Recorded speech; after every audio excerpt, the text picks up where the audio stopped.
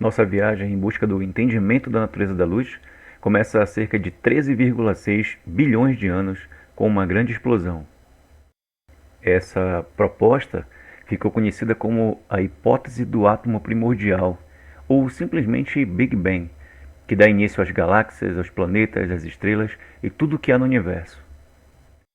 A estrela de nossa galáxia, o Sol, surgiu um pouco depois, há 4,6 bilhões de anos. E, após uma explosão solar, rochas foram expelidas da estrela, dando origem aos planetas, inclusive a Terra. Desde então, o Sol vem iluminando o nosso sistema. Vocês devem estar se perguntando: e quando realmente começa o entendimento da natureza da luz? A resposta para essa pergunta tem, na verdade, uma origem: a Grécia Antiga. Todo o conhecimento adquirido pelos filósofos gregos antigos veio de uma prática muito usada na época, que era a observação simples e pura da natureza. Foram muitos os que contribuíram para um melhor entendimento da origem e natureza da luz. Neste vídeo, iremos citar apenas alguns que, com suas observações, conseguiram alavancar o conhecimento sobre esse fenômeno. Leucipo, de Mileto, que viveu há 500 anos antes de Cristo, é considerado o pai do atomismo. Para ele, a visão se dava através de pequenas partículas que eram emitidas dos objetos e atingiam os nossos olhos, levando consigo todas as suas características como cor, forma e tamanho. Essas partículas, Leucipo deu o nome de eidolas. Eram elas que, em contato com os olhos, provocavam a visão. Leucipo e os gregos desta escola entendiam de uma certa forma que a luz tinha uma natureza corpuscular.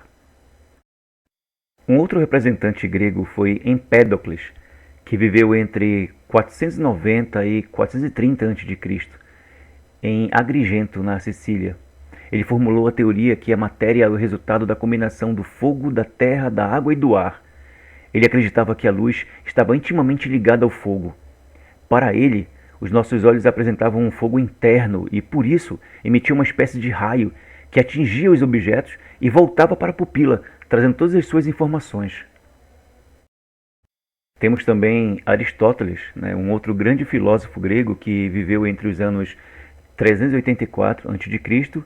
e 322, em Estagira. Foi um dos mais importantes filósofos gregos e o principal representante da terceira fase da história da filosofia grega. Foi o criador do Liceu e professor de Alexandre o Grande. Aristóteles, ele foi para Atenas para poder estudar e lá conheceu Platão, né, que acabou se tornando pupilo dele.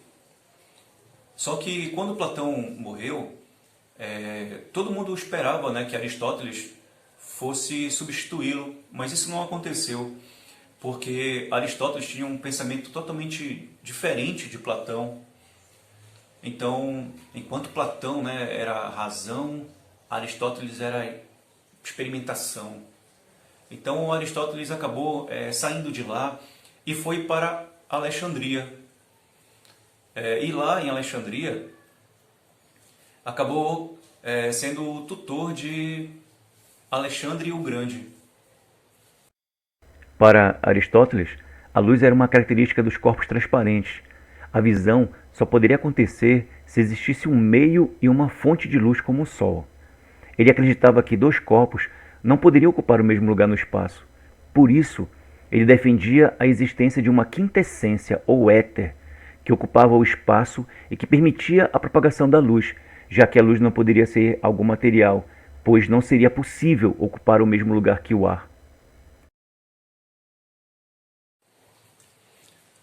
Aristóteles e Filis é uma história bastante interessante que tem a ver com o poder da mulher sobre o homem.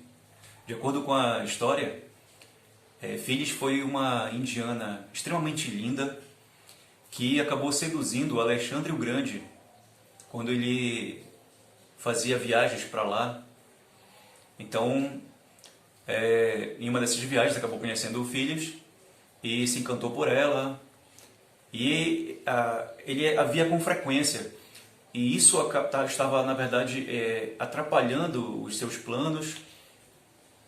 E Aristóteles, que na época era o seu tutor, era quem aconselhava Alexandre o Grande, conseguia ver ali um problema. Então ele chegou a aconselhar Aristóteles para largar Fílis, ou pelo menos não vê-la com tanta frequência. Fílis ficou sabendo do que aconteceu, né, do que Aristóteles estava fazendo, e ela bolou um plano muito maluco para humilhar Aristóteles diante de Alexandre o Grande. A história conta que ela seduziu Aristóteles, que era uma pessoa extremamente inteligente, mas ela conseguiu seduzi-lo, chegando ao ponto de sentar em cima dele, humilhando desse jeito e mostrando a Alexandre o Grande quem era realmente Aristóteles. Aristóteles foi o primeiro a supor que a luz teria uma natureza ondulatória. Euclides, eminente matemático grego que viveu entre os anos de 330 a.C. a 260 a.C., em Alexandria, no Egito, inspirou-se em Aristóteles para decidir estudar a luz como um raio luminoso, atribuindo-lhe algumas características que o conduziram a conclusões utilizadas com sucesso ainda hoje. Os princípios da ótica geométrica são contribuições de Euclides. Um outro matemático grego que viveu entre os anos de 287 a.C. e 212 a.C., na cidade portuária de Siracusa, na Sicília, chamado Arquimedes, também fez grandes contribuições à ótica, principalmente na formação de imagens em espelhos. Diz a lenda que ele conseguiu incendiar uma esquadra romana inteira apenas com o uso de um espelho parabólico. No período do nascimento de Cristo, mais precisamente entre os anos 4 a.C. até 64 d.C., um filósofo, escritor e advogado espanhol chamado Lúcio Aneu Sêneca, que viveu boa parte da sua vida em Roma, teria utilizado esferas de vidro preenchidas com água como um objeto de aumento. Seria um protótipo da lupa. Sêneca, ele acabou indo para Roma para poder ser o tutor de Nero, que era o imperador de Roma na época. A história diz que ele era um cara bastante sádico, cruel, matava as pessoas de graça. E tem aquela famosa história que Nero incendiou Roma só por diversão. E ainda bem que pelo menos tinha esse filósofo, Sêneca, ao lado de Nero, para tentar minimizar, os problemas que ele provocava na época. Ao longo dos séculos, em relação ao entendimento da luz, nada mudou. Mas há aproximadamente 1000 anos, um físico e matemático iraquiano chamado Abu Ali Hassan, mais conhecido como Alhazen, deu grandes contribuições à luz, principalmente em relação à ótica geométrica. Para ele, a luz vem do Sol ou de outras fontes luminosas, como o fogo, e é refletida por demais objetos, e também que a luz emitida ou refletida pelos objetos entra em nossos olhos e assim conseguimos enxergá-los. Inclusive, em 2015, na prova do Enem, caiu uma questão retratando sua principal obra e trazendo uma imagem de uma câmara escura.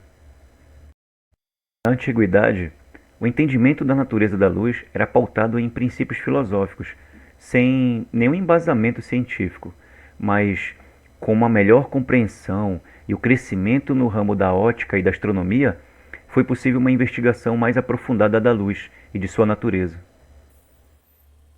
Em 1609, o físico e astrônomo italiano Galileu Galilei constrói o seu primeiro telescópio, dando início a grandes descobertas astronômicas. Seus trabalhos foram de grande importância para o entendimento da luz. Como Galileu acreditava que a luz tinha uma velocidade finita, propôs um experimento para medi-la. Obviamente acabou não obtendo sucesso, pois a luz apresenta uma velocidade muito grande.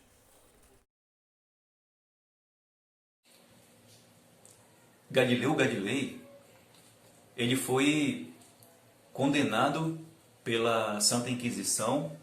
Na verdade, Galileu ele foi chamado pela Santa Inquisição para poder prestar esclarecimentos sobre o que ele estava propagando. Na época, ele estava afirmando que não era a Terra que ficava no centro do universo, e sim o Sol. Então ele estava defendendo o modelo heliocêntrico na época, e isso estava incomodando a Igreja Católica. E que também na época ela tinha aquilo como sagrado, então quem era contra era considerado herege e era queimado vivo em praça pública. Galileu teria esse fim, mas ele acabou negando essa teoria diante da Igreja Católica. Mas ele acabou sim sendo condenado, só que é uma prisão domiciliar. Galileu, por conta das suas incríveis contribuições para a ótica, para a astronomia, para a física em geral, ele acabou morrendo cego porque ele ficava observando o Sol através de uma luneta terrestre que ele mesmo criou. Então, por isso ele acabou morrendo cego, mas ele fez grandes desenhos, anotações de tudo que ele via, né, do Sol. Um outro grande astrônomo contemporâneo de Galileu foi Johannes Kepler, que nasceu na Alemanha em 1571. Kepler estudou a câmara escura, os defeitos de visão, o funcionamento dos óculos e como enxergávamos os objetos.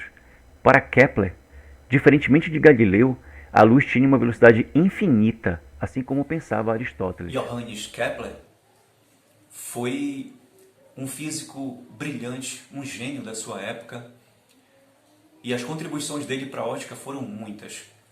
Mas ele é lembrado principalmente pelas suas contribuições na astronomia, no entendimento do movimento dos planetas. Por isso que hoje nós estudamos, né, nós ensinamos no ensino médio as famosas 3 leis de Kepler. O filósofo francês René Descartes, que viveu entre os anos de 1596 a 1650, para explicar a refração da luz, precisou recorrer ao seu caráter corpuscular, admitindo ainda que existia um meio que permitia a sua propagação, o éter. Como vocês puderam perceber, até aqui foram muitos os que contribuíram para o entendimento da natureza da luz, sendo que alguns adotaram para esse entendimento a luz como onda e, de uma certa forma, outros admitiam a luz, né, como partícula. E afinal, a luz é onda ou ela é partícula?